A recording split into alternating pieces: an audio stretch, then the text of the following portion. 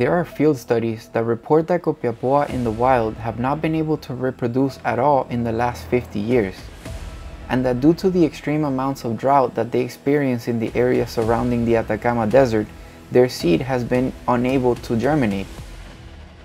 So we wanted to come in a year where this area has experienced very rare and increased amounts of rain to try to find clues to try to solve this mystery. Join us as we visit one of the most beautiful Copiapoa Cinereas, albispina, and a couple of other species that will leave us a surprise for the end of the video.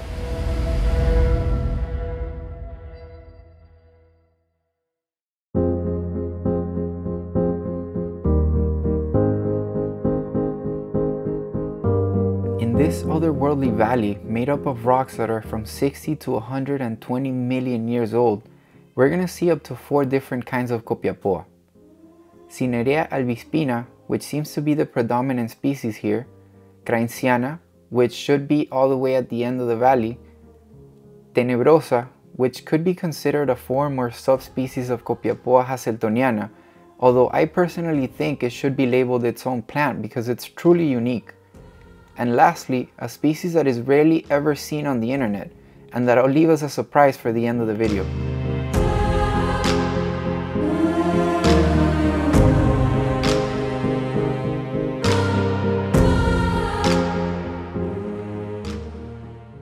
The entire coastal desert in Chile lies on the convergent plate boundary between the South American and the Pacific tectonic plates.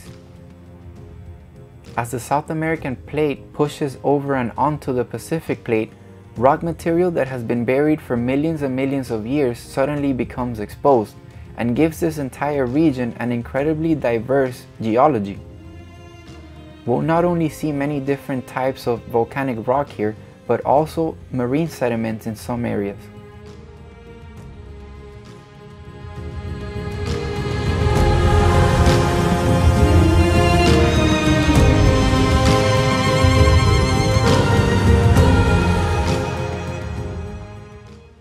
Hello cactus friends, welcome back to another episode in the most wonderful place on earth, Chile.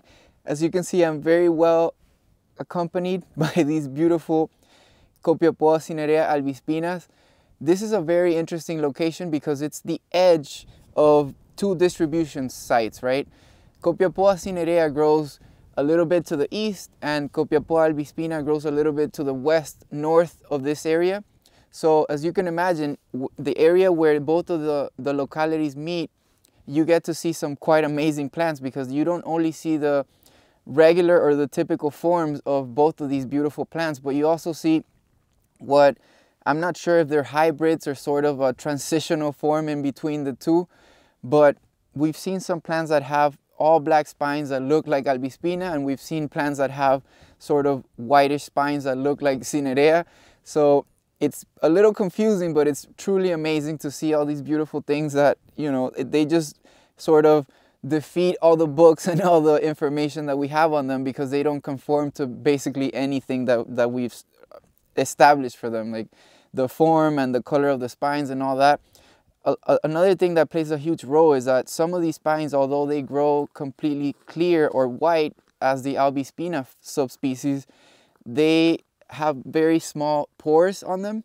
So with the Camanchaca and the constant humidity here, you can imagine that it's not hard for algae to grow, not only on the skins of the plants that we've seen a lot of algae growing on a lot of these and a lot of the eolichnias that we've seen, but also inside of the tiny little pores on the spines. And what happens is when the algae grows inside of the spines, they turn dark, they turn black. So although the plant might be genetically predisposed to having white spines, you can see them out in the field with black spines. So it's just a little curveball that nature likes to throw at us to try to identify them. I'm not a huge proponent of identifying and labeling plants because I love them no matter what, and you know, I've been known to buy plants without even knowing what species they are just because I like the form. And in the field it's no different. I can definitely appreciate these, and I think they're wonderful and beautiful, and I don't really care too much about identifying them with 100% accuracy. I just think they look amazing, and I love their form, and I love how they can survive in such a dry, crazy little environment. So we're gonna keep going up the canyon and hopefully find. We came to see Copiapoa Krainziana here, and obviously albispina. This is the first locality that I see of Cinerea albispina, but we really came for Krainziana because that one has a little bit more of a reduced range. So we might see these plants in other localities where we're going, but Krainziana lives right here. So we're gonna keep going and hopefully survive this sun, because the Camanchaca abandoned us and there's no cover from the sun right now. But I can't even feel it, to be honest, because these things are just blowing my mind. So we're gonna keep going and hopefully show you some amazing plants. Let's go.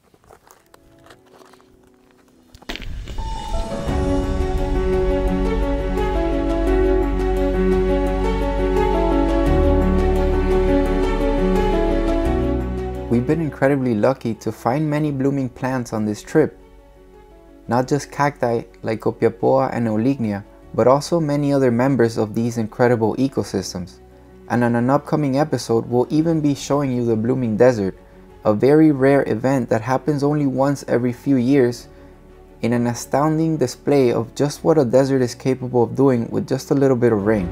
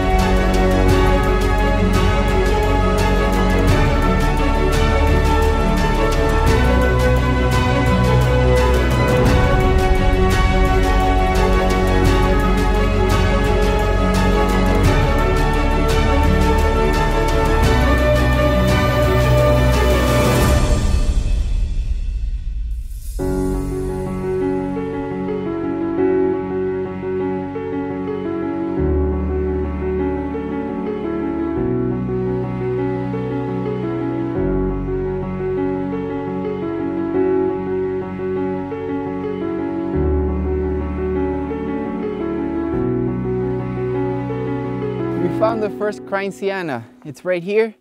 It looks a lot like Copiapoa Cinerea albispina that we've been seeing. This might still be sort of a transition form. And right next to the albispina, we're also finding Copiapoa tenebrosa, which sort of looks like Hazeltoniana, but not really. So we're gonna keep going up. This is beautiful. This is an amazing plant. And we also saw a tenebrosa with no spines, but I'm trying to find a nicer specimen because that's actually my favorite. I'm gonna stop saying they're my favorite plants because I've been lying to you guys telling you that they're all my favorite. So we found some tenebrosa inermis, which is an amazing specimen, because you can imagine how rare it is to find a cactus that's supposed to produce spines and has no spines. So if we can't find a nicer specimen to show you, we'll go back down and show you the one we found because it wasn't in such great shape. But man, what a beautiful Krainziana, and also the tenebrosa. We're also surrounded by solana, which is another type of plant. It's not a cactus, but it's another sort of mountain plant that puts on amazing flowers. There's about 50 species in the genus, and there's some that are endemic to this region. And we haven't found any that are blooming, but if we do, of course, we're gonna show them to you guys. But they're really interesting because they form these sort of carpet structures, I guess, or little pillows on the side of the mountain. And if you poke them with your finger, it goes right through them. You think that they're solid, but they're really not. So we're surrounded by gravel, nothing but mineral.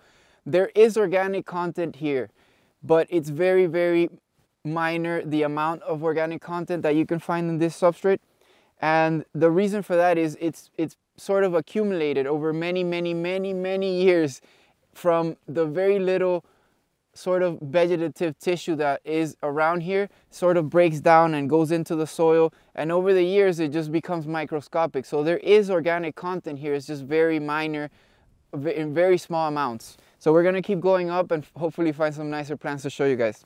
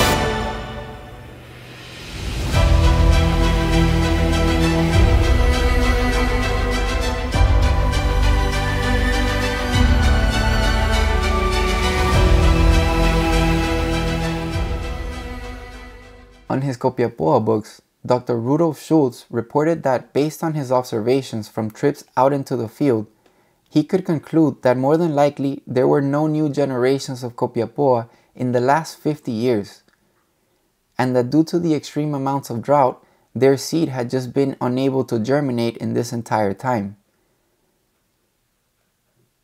And after seeing so many pictures and videos of Copiapoa blooming out in habitat, I was very curious to find out how this was possible and why an ecosystem such as this would simply stop producing new generations of cacti. So when I came to Chile, although I was completely blown away by the larger plants, I was always keeping my eye out for the smaller ones to try to find the proof that these ecosystems are indeed regenerating. And if you're anything like me, seeing this will definitely make you very happy. This is a seed pod from a Copiapoa that, as you can see, has some seedlings inside which have already germinated from the moisture from inside the seed pod. This is clearly evidence that if we leave these ecosystems alone and we stop poaching these plants from habitat, they can definitely bounce back and survive. If it's your first time on the channel, welcome. I hope you like cacti. We make nothing but content related to cacti and succulents in both cultivation and habitat to try to highlight the importance of their conservation. Remember, take nothing but pictures from habitat. Hi guys, we found the first population of Copiapoa tenebrosa, like the real thick population. And this plant, I'm pretty sure you guys can tell just by looking at it, is incredibly old. And it must have gone through some sort of stress that made it topple over and almost fall down the mountainside. And it's found a way not only to survive, but the stems are starting to grow upwards again. So it looks like a giant octopus. I'm pretty sure you guys are gonna find this as fascinating as me. So we made a little quick pit stop so I can show you this beautiful desert octopus and my office. I'm gonna call this my office space from now on because I like the view. The sun is beaming down. It's about 4 or 5 in the afternoon and the temperature is starting to decrease. As soon as the Camanchaca sort of goes away and the sun starts beaming on you, it's incredible how extreme the temperatures sort of fluctuate throughout the day. I'm guessing these plants are already, of course, they're used to it, but it's sort of a little window into how these things evolved and the sort of extreme environments and extremely changing environments that they survive in. What an amazing plant. We're gonna keep going. We're still looking for the Copiapoa Krainziana population. We found only a couple of individuals, so we're gonna keep looking. Let's go.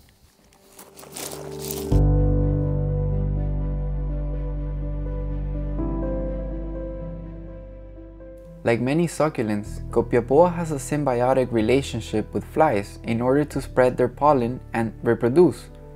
But unlike those other succulents which make stinky flowers that smell like rotting flesh in order to attract flies, Copiapoa employs a much more elegant solution. And in order to attract flies, they make almost exclusively yellow flowers, and yellow is a fly's favorite color.